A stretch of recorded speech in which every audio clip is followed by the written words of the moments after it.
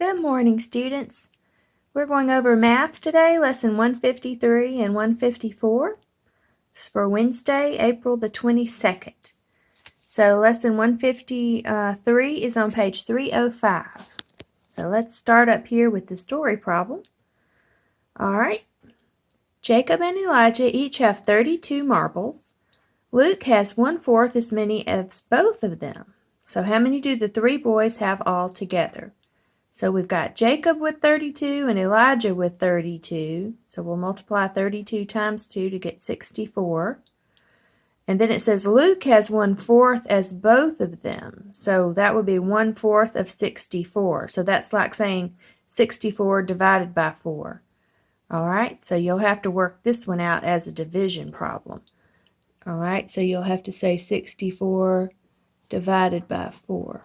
And you'll come up with 16. Now you have to add all of them together. So you have got Jacob and Elijah is 64, and then Luke, and you'll come up with a total of 80. 80 marbles. All right. And there is my sweet Junie. Hey, June. She's helping me do math this morning. All right. So we got 80 marbles. Now the next one, we've got Mr. Wheeler drove 30 miles on Monday, twice as far on Tuesday as on Monday, and 3 times as far on Wednesday as on Monday. How many miles did he drive on those 3 days? All right, so first of all, we have to figure out twice as far on Tuesday as Monday. So 30 is Monday times 2, and you'll get Tuesday. Then you'll have to figure out Wednesday. So Wednesday is 3 times 30. So 30 again is Monday. So 3 times 30 will give you Wednesday. And then you'll add them all up together. Monday, Tuesday, Wednesday. And you'll get a total of how many miles? All right. Now, down at the next part, we've got averaging. Again, you add and then you divide. So I think you should know how to do that by now. And hopefully you know how to do these multiplication problems by now. 2 times 9, 2 times 4, drop a 0. 6 times 9, 6 times 4, add it up. All right, and to check it, you have to put this one on top, and the 49 will go on the bottom to check it. All right, now let's look at the equation problem. So we have n plus 3 equals 5 minus 4 times 3. So the first thing you do is just copy this over and then solve what's in parentheses. 5 minus 4 is 1, so 1 times 3. Then you'll copy the n plus 3 again. 1 times 3 is 3. Now you have to subtract n plus 3 minus 3. So you have a plus 3 here, so you have to have a minus 3 here. So bring this down. So instead of plus 3, you have minus 3 to solve. So n equals 0. To check it, you put the 0 where the n is.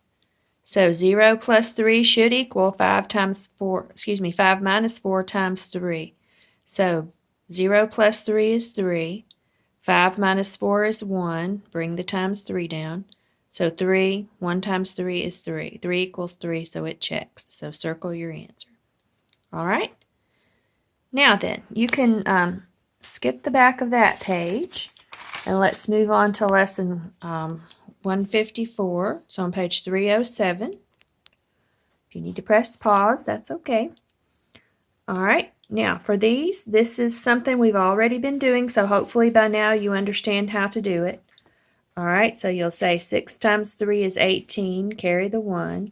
2 times 6 is 12, plus 1 is 13, carry the 1. 1 times 6 is 6, plus 1 is 7. Now drop your 0. Now do the 5s. 5 times 3 is 15, carry the 1. 5 times 2 is 10, plus 1 is 11, carry the 1. 5 times 1 is 5, plus 1 is 6. Now you add it up. Okay? Hopefully you can remember how to do this process. Multiply each one, and then add it up. Okay? You can skip C and D if you would like to, or you can work them if you want extra practice. Now let's look at the story problem. At the grocery store, Mom purchased milk for $3.35, tomatoes for $3.29, 2 pounds of sliced turkey for $6.98 per pound, and bread for $2.68. How much did she spend in all? Well, first we have to figure out the turkey. So it's 2 times this. So multiply that out and you'll get your turkey. And then just check each one and list it, and you'll add it up. You'll put the turkey, which you multiplied out, and then you'll have the milk, the tomatoes, and the bread. So turkey, milk, tomatoes, and bread. And double check these and make sure that you keep the decimals lined up. All right, add it all up and you'll get what you spent. Don't forget your $ and decimal because it is money. Okay, so you'll multiply and then add. All right, the boys at Harvest Christian School removed 1/3 of the 558 chairs that were in the auditorium. How many chairs did they remove? Okay, so if you're saying 1/3 of something, that means you're dividing by 3. So take this total, divide it by 3. So you'll need to write out a division problem and work that out, and you'll get the number of chairs. All right, you can skip the back of this, or you can work it if you would like to.